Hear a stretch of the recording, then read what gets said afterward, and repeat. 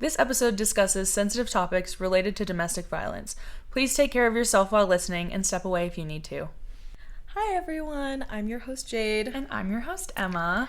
And this is Lashing Out and Nailing Life. Okay, so hopefully you listened to the very beginning where we gave you a trigger warning because this episode is going to be a little different from what you usually hear from us.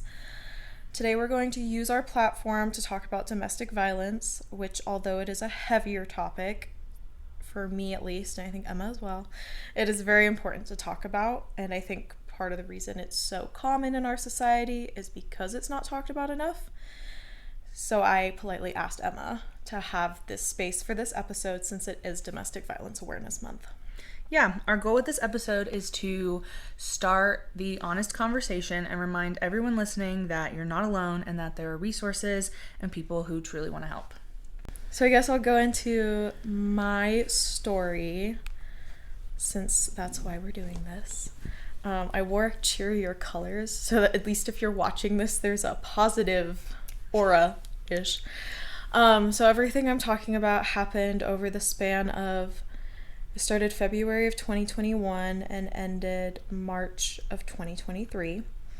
So it has been over 2.5 years. So anybody listening who's like, wow, this is a really hard topic for her to be talking about, I've had 2.5 years to grapple with it.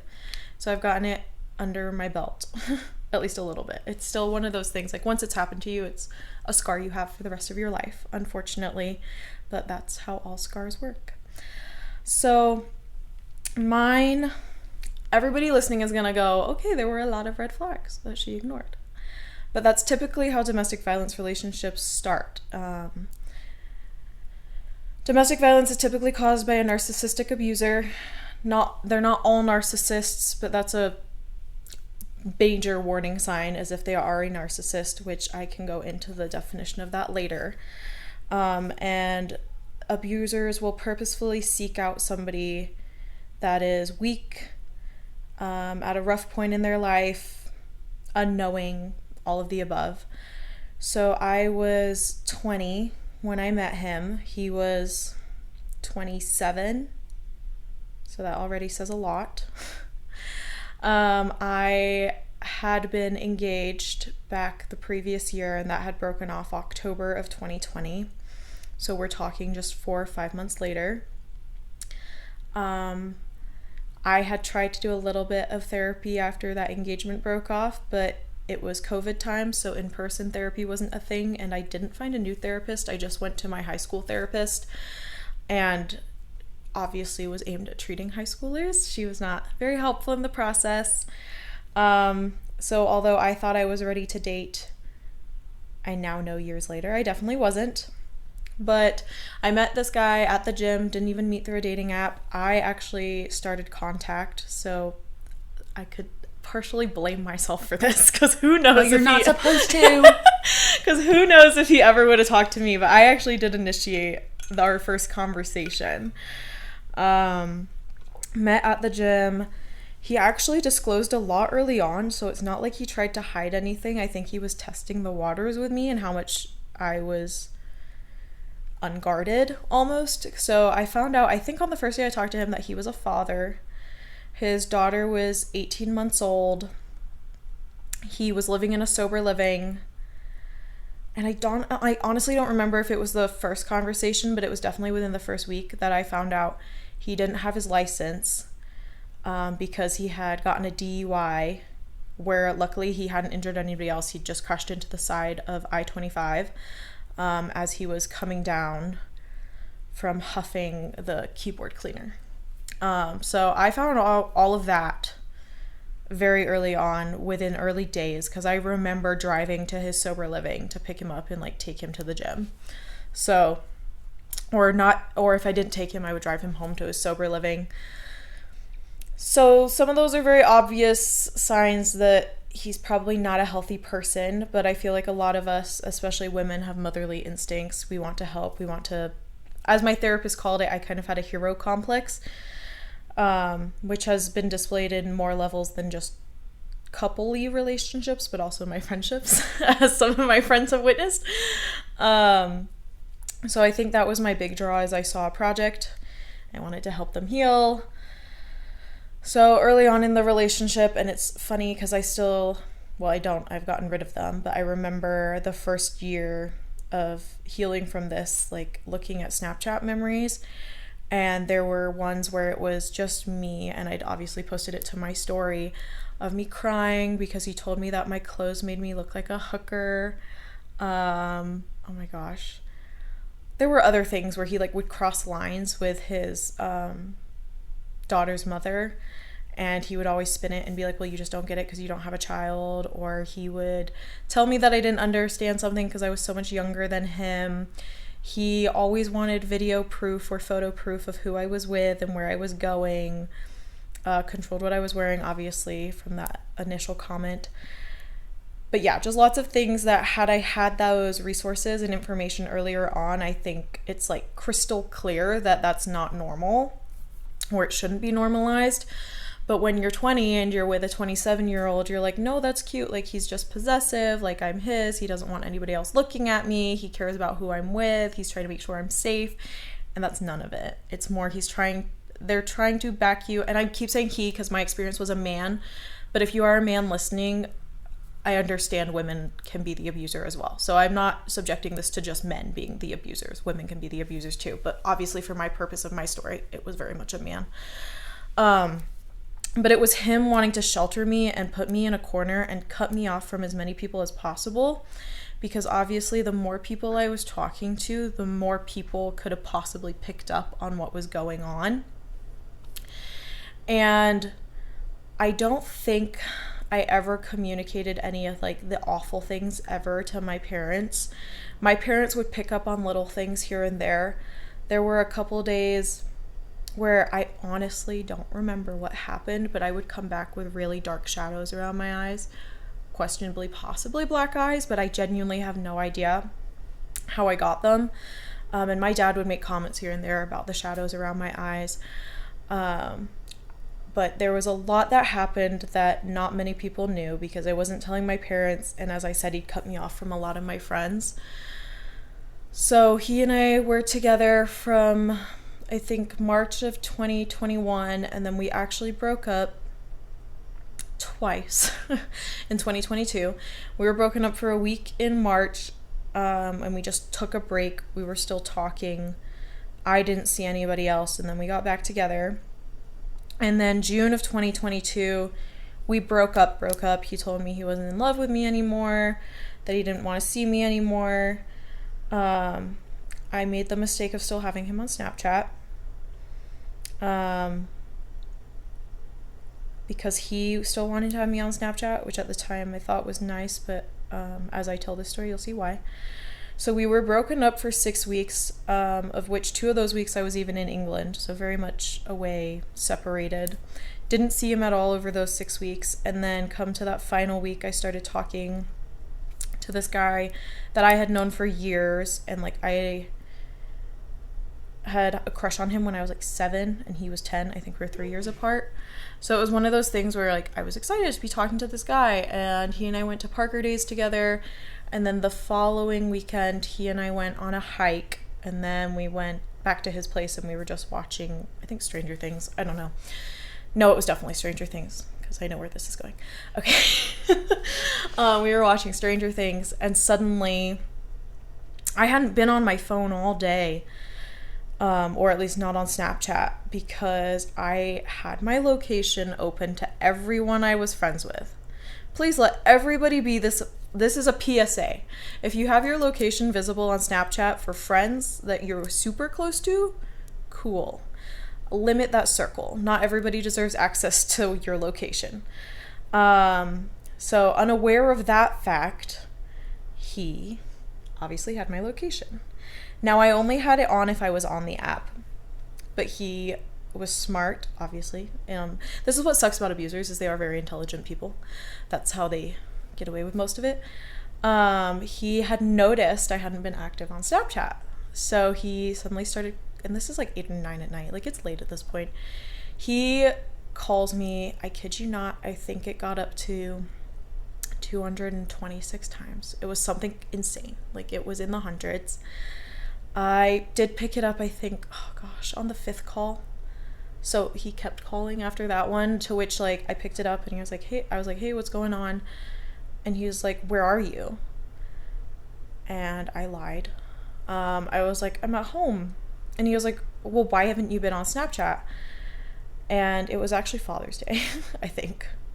So I was like, well, I've just been spending the day with my family. Like, I haven't been on Snapchat. And he was like, well, open it now.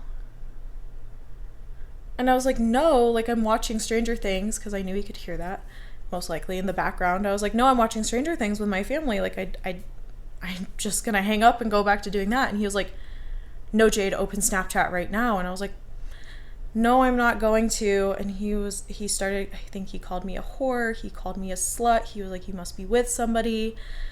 And that was when I hung up the phone, because I was like, okay, don't talk to me like that. I had gone downstairs and stepped away, so I went back up to the guy I was talking to, and he was like, what's going on? And I'd given him background on this, so he kind of knew. And I had started crying, and he was like, it's not your fault. You're not doing anything wrong. Like, you're broken up. Like, this, you're not doing anything wrong. Like, set your phone aside. Set my phone aside. Like I said, I think 226 calls, 512 texts. Those must be it, because I have the numbers. That is crazy. Ludicrous, insane. Probably should have blocked him right then and there. Probably should have never engaged again. Okay. Did not do that. I met up with him the following day. I did preface that he needed to have his daughter with him. As some kind of form of security that he's not going to do anything absolutely ridiculous to me. So I met up with him and his daughter at a park. And then we went to Fuzzy's for food. And then we went back to his mom's house, because I really made it clear I did not want to be in his apartment. I knew he had a temper, obviously, from the previous day. Went back to his mom's. His mom was home this entire time, I want to specify. He put his daughter down for a nap, and we went to talk in the basement, finished basement of his mom's house. Mom was on the main level, so just a floor above, in her office working. He starts calling me all these names, cursing out at me, yelling. He took my phone to look through it to see what I'd been doing those 6 weeks. Found the DMs with this guy, sent him the nastiest message, wrote it as if it came from me, blocked him, and made sure to, like, delete any proof. Like, I don't know what he did, but I couldn't find the account, nothing. Threw my phone, which gave me a heart attack, because my dad bought me, I think this is still the phone, so it's still very much okay. But yeah, it must be this phone, because it was relatively new at the time. I had a heart attack, so like, look, my dad bought me that. Like, if you've broken it, you're gonna have to talk to him, not me. Luckily did not.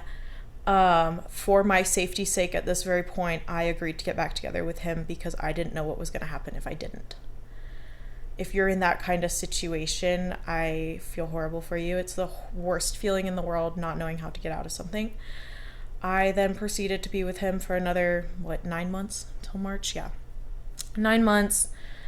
I won't go into gruesome details, but it went from he had never laid hands on me up to that point. Obviously, the throwing the phone was a warning sign. I remember there being an incident probably July or August of 2021, like that first year we were dating, where he was on the phone with his dad, and his dad did something to piss him off. He threw a shoe at the wall and actually managed to dent the wall. Another warning sign. But then those 9 months, it just progressively got worse. He obviously was recovered. I'm putting quotes around that because I genuinely think he probably started to use again as soon as he got out of his sober living. But he was a recovered addict when I met him. And he started using, oh my gosh, we were talking about it. It's now sold in a drink. Oh my gosh. We were just talking about that. So it's something really accessible. You can buy it in vape stores, and even some gas stations have it. Some alcohol liquor stores have it. Oh gosh, I can't remember what it's called. It's really dangerous. I think it starts with a K, but all I can think about is ketamine, and I know Yeah, it's not that. ketamine. I'll look it up while Okay, you I'm just gonna continue. look it up. He started using this thing that is super accessible. It works the same as opioids, and his addiction had been to fentanyl. And I think because he'd gotten back on something, it made the abusive side of him worse. Again, not validating abuse is abuse. But he would throw things at me. The most frustrating thing about him, as I said, abusers are smart, is as soon as I started recording, he would just sit and be quiet and act like nothing was wrong and like nothing had ever been happening, which was the most infuriating thing ever. So he started using that, and then he spent a week in the hospital because he did severe liver damage. He'd actually started going yellow. His eyes had gone yellow, so do be wary. You can very much overdose on it extremely quickly. And then from that, he took, not Adderall. Maybe it was Adderall. No. Xanax? Yes. Xannies? Yeah. And then it was Xanax, which I am half of an idiot. He admitted to me he was using them, and he gave them to me to flush. He probably didn't give all of them to me. And I say that loosely because, like, when I flushed them, there was some physical violence involved. I won't divulge much of it, but it got really bad, probably the January and February of our relationship. We went to a hotel on Valentine's Day. That was a disaster. And then comes March, where I got out of this relationship, and this is where I have so much respect for women that managed, and men who managed to get out of these relationships by themselves and by brute force and by leaving, because the only reason, because I don't know what would have happened if this didn't happen, the only reason I got out of this relationship is because he died. I genuinely don't know if or how I would have ever gotten out of this relationship had I not been given, and this sounds sick, that blessing. Because, as I said, I got back together with him because I didn't know what he was going to do if I didn't. I had a constant fear that if I left, maybe he would go for my life, maybe he would go for my family's life, but indefinitely he would go for a future partner's life based off of the experience that had happened the June previously. So to all of you who have managed to get out of a relationship like this, I respect you in so many different ways because I know it had to be the hardest battle. So I found him overdosed on fentanyl 2 days in a row. Won't go into the details. Obviously, I saved his life the first day, and he chose to not take that the second day. After he passed, there was a lot more that happened and unfolded. He had been cheating on me the entire 2 years we had been together, which really hits home when he would call me a slut and a whore. For projection. For dating somebody else while we were broken up. Yes, projection, as Emma said, a big warning sign is if they think you are cheating all the time, they are cheating. Like, there's joking. Like, I will tease my current boyfriend, who I love dearly. Like, if something chimes on his phone at 9 or 10 at night, I'm like, oh, is that your other girl? I do that with my boyfriend, too. That's fine. But if they're, like, threatening proof of who you are with when you go to a restaurant, go to a bar, or on vacation, you need to... That's a warning sign that maybe we should look into. Anyways, that is my story without going into the physical violence part. I do want to disclose, like, the biggest thing that I should have paid attention to, because it made me jump anyways. If they are throwing things when they are angry, they clearly have a management issue. If that spirals into them throwing things at you when they are angry at you, while they may not be putting hands on you and you might want to excuse that, the next step is them putting hands on you.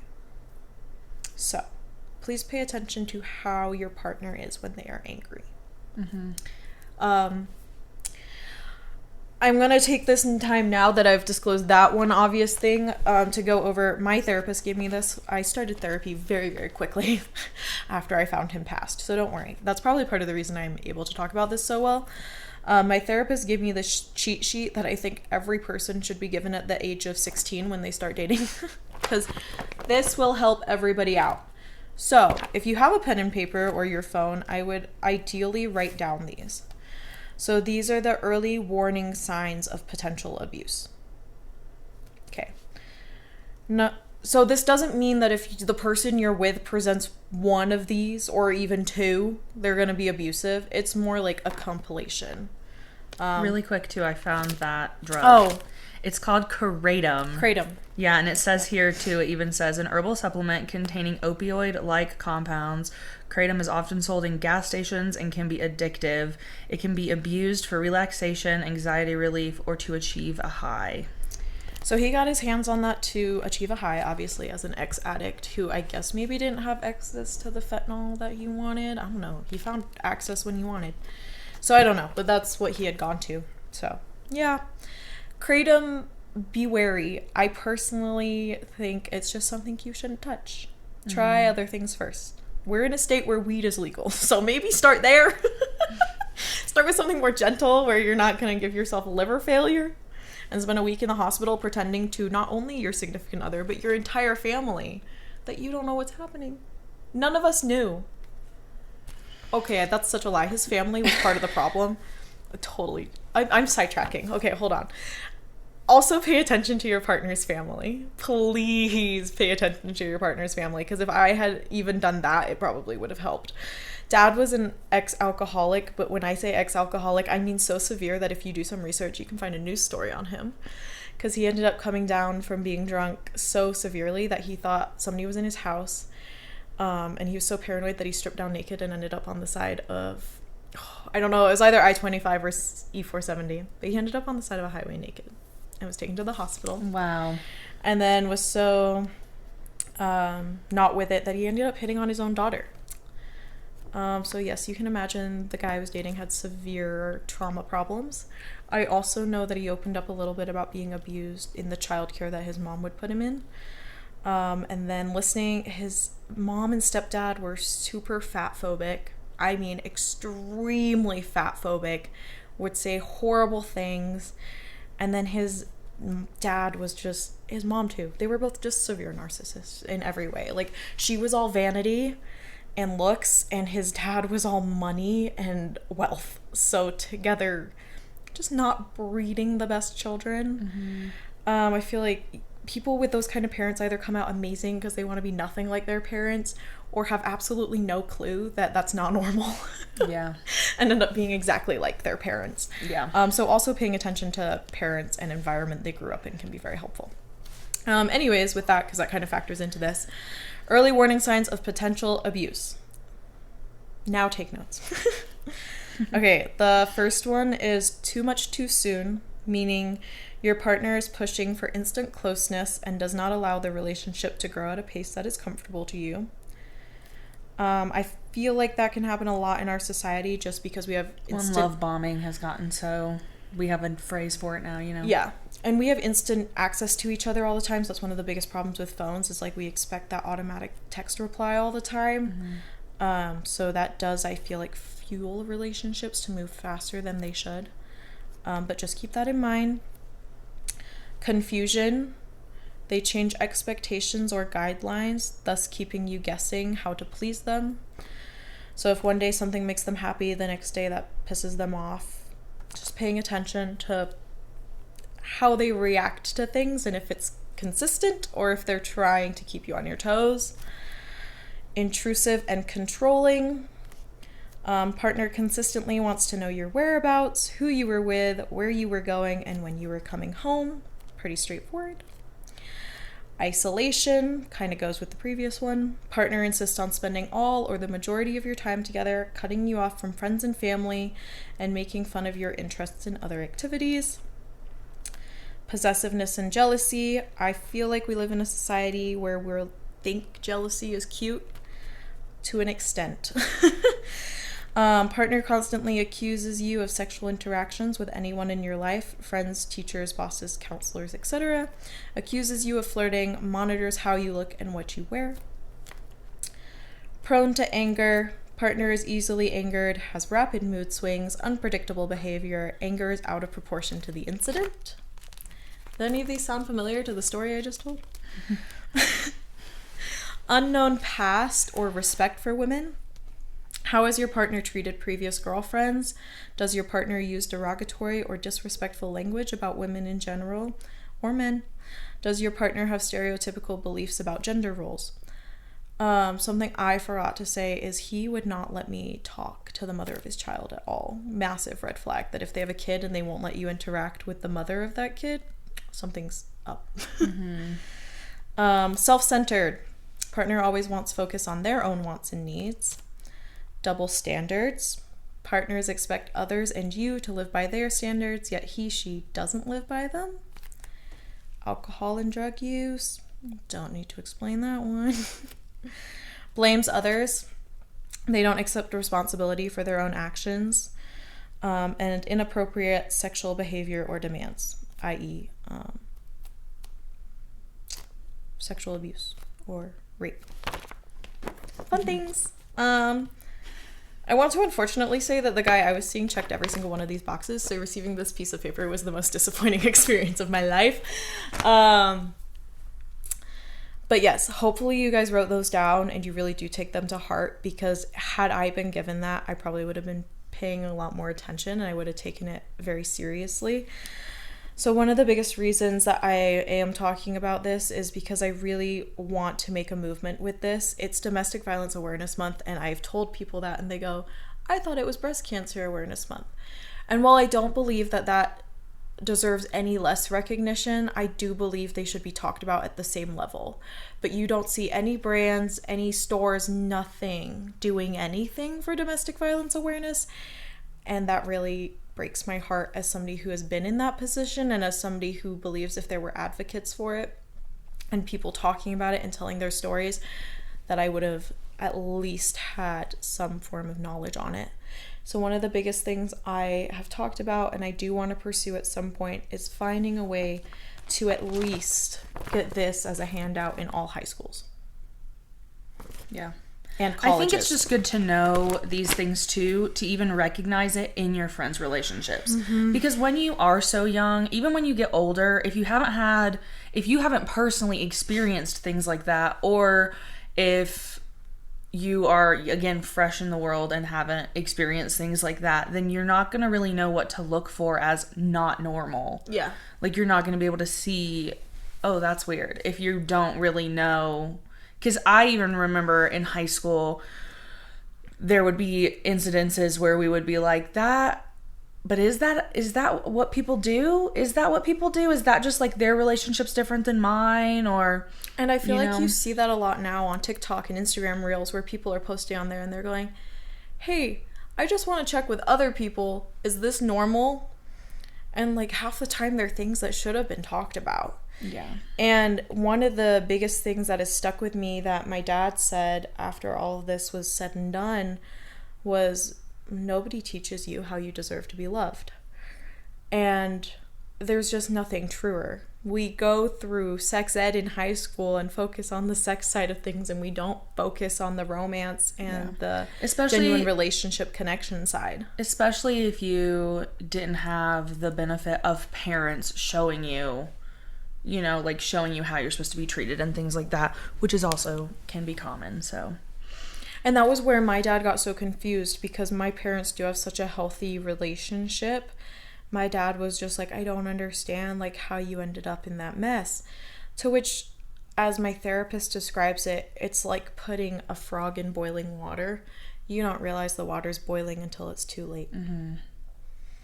Like, it starts as a little simmer, like you think it's just warm, and then all of a sudden you're on fire. Mm-hmm. Which is the bigger problem, because like, while like, yes, there were those like obvious warning signs. I say they're obvious now because I know that they were warning signs, but when you're fresh in dating, pretty much, you don't know any better. Well, and it's just like the, I guess, stereotype or trope of the getting hit your first time and them profusely apologizing so much and saying they're never going to do it again, only to then do it again and then profusely apologize and say they're never going to do it again.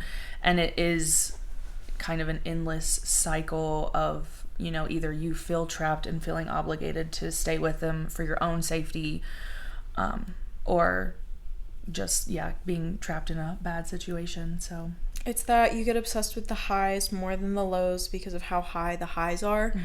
And then they will tear you down to shreds to the point of you think you wouldn't be able to be with anybody else. Like, those two things combined really just set you up for being, plus the added third option of you don't know what they're going to do if you decide to leave. So those three things, like, once you're in there, it is so hard to get out. And with that, we can segue into our other topic, which we've had a lot of people ask us excitedly about this episode. Oh, that'll be great, because how do we help somebody who's in that mess? To which, as somebody who has been in that mess, and I did have one friend who I unfortunately do not talk to anymore, but maybe she listens. I remember so clearly being at a coffee shop with her, talking about something that had happened, and she was like, Jade, that's not normal.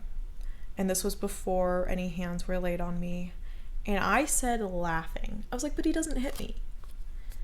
And she was like, yep. But the rest of this isn't normal. I think the biggest question I got is a lot of people wanting to know whether they're a service provider or a friend, when it's appropriate to, like, call the police or intervene in a more serious manner. Because obviously if you go and meet with your friend and for the first time you're hearing that they are being abused in some sort of way, I would feel uncomfortable being like, okay, I guess I need to call the police, because you're not really sure where your place is in getting, like, providing the help. So I think one of the things that sucks is, from what I can tell, if it's just mental and emotional abuse, nothing can be done. Which is crazy, because that's where this all starts. So as a service provider, I know that we have to have physical evidence, i.e. bruising, possibly a video if the crazy husband, wife has shown up, or boyfriend, girlfriend, partner has shown up. You have to have some kind of evidence as a service provider in order to report. As for friends wise, I mean, the most beneficial time to report is if you are a neighbor and you hear the screaming, the yelling, the breaking plates, like all that cliche signs of DV. If you are in a situation where you can hear that and you're not in the same room, same apartment, same house, etc., that's a really clear sign that, yeah, just call the police to be safe. Just say you want a wellness check for all. Like, you don't need to put yourself in a situation where you're saying something is happening that's not. And that's honestly the easiest way to report it if you do have a friend that is in that situation. Now, the tricky thing is you run the risk, and this was one of the problems I had for myself, actually, is I knew the night before the first time I found him that he was overdosing, pretty confidently, not 100%. But I also knew that if I called the cops, I ran the risk of him blaming everything on me. And my abuse would have only gotten worse. And that is the risk you run with getting the police involved without having a safe place for your friend to go. Because sometimes getting them involved can make it worse if there's nothing that makes it obvious to the police that they need to get out. Yeah, I feel like the best thing you can do as a friend is to create that safe space. Yeah. Like, I know all of my friends, if I were to be like, hey, that thing has happened and you can come stay with me, yes, sort of thing. So creating that safe space for a friend to go is also probably the only other thing you could do as far as being, like, supportive and helping them get out of the situation. Yeah, so my biggest advice, I lost a lot of friends while I was in that relationship, and I don't blame any of them. I lost some because obviously I was never hanging out with them. I lost some because it hurt them to see me in a situation they couldn't get me out of, and I 100% understand. You need to do what feels right for you as a friend, and if distancing yourself from that is what feels right, believe me, I place no judgment on you. However, if you want to be the friend that is there and that is helping, first of all, set yourself up to maybe be listening to some things that are gonna be unsettling. Second of all, never put any blame on the person that you want to be there for. Never question the hows, the whys. Like, why are you letting this happen? How could you let that happen? How could you think that's normal? Never ask any of those questions. You're not going to make them feel better. They're not going to have the answers. Yeah, you're not going to have the answers. Because when you're in that situation, I guarantee if they're anything like me, they don't know. But as Emma said, let them know that you are a safe landing place. Let them know that when they are ready, you are there to help. Just being gentle about it. Don't throw the DV words around. Don't throw abuse around. Don't put that in their face, because that can cause a guard to be put up and they'll stop sharing anything with you. So it's more just communicating and always being there for them for when they do get that clarity, or when suddenly the police do have to be involved because it has reached a point of physical violence. They know that you know everything that's been going on and they'll feel safer coming to you. But unfortunately, there is nothing directly you can do to get them out of it without having their word or clear confidence on it, because if you do something and they don't get out of it, you've possibly escalated the abuse they're facing at home. Yes, it's definitely the fine line of, again, just creating that space for your friend to know that you are there. Yeah. Just be a safe landing place. Just listen to them. But also don't put yourself in a situation you don't want to be in. I don't blame any of the people who distanced themselves when I was in that situation, because it does suck to be telling somebody over and over, hey, you need to get out of this. Hey, this isn't healthy. Hey, this isn't normal. And they're not receptive to it. So I also do not blame you if you need to step away. I don't blame any of those people. I don't blame them for the reason I was in it longer. Like, at the end of the day, yes, it might take people a little bit to come to that clarity, but they will. So just be there. Patient, open heart, open mind. Yeah. Being emotionally ready to hear and see difficult things. Yeah. But I think that kind of wraps this episode up. We can definitely dive into like more specifics and like questions we get on this, because I feel like this is just a baseline of what we knew we wanted to talk about, and one obvious question we had from you. My most important thing was A, sharing with you guys why I want to be an advocate on this topic. B, anybody can come to me about this, whether you are out of it now and you just need somebody to talk to about it, you need somebody that understands your past, I'm here for you. If you're in it and you just need somebody to listen to, you're not ready to figure out how to get out, totally okay. If you're in it and you want to figure out how to get out, I will do my best. But obviously, like I said, I still don't know how I would have got out of it if I wasn't given the exit I was given. Yeah. And then my other big thing was putting this list out on the internet somewhere, because this is so important. I will probably, maybe, I'm going to say maybe more because I'm just so bad at social media. I will maybe put a little post together on my business page with this, just so it's written down somewhere. And I can put something together for our page too. Yeah. I'm getting better at that. And then also just letting you guys know how you can be there if you feel like you have somebody in your life that's in it. But be kind to yourselves. Be kind to those going through it.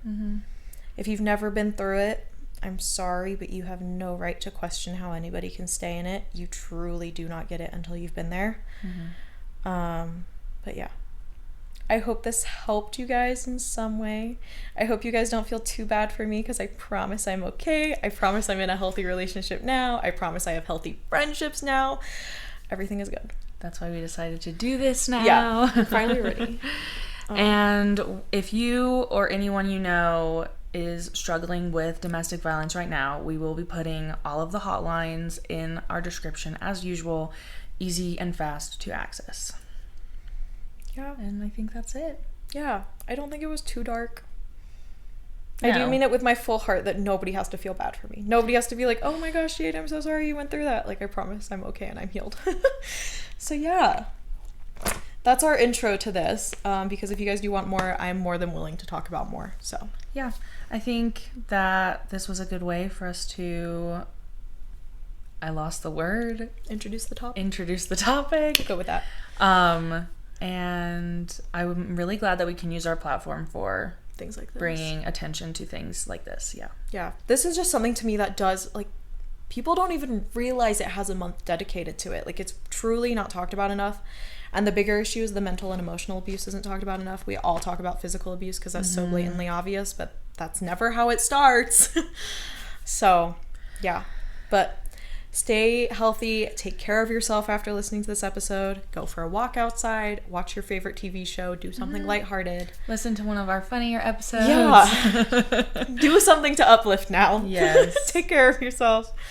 Our next episode is a short and cheery one, so you can look forward to seeing that in November. Yes. We've got a quick, short, lighthearted one coming for you. Yes, perfect. Okay. Well, all right. If you need the links, they'll be down below. And we'll see you guys next time. Bye.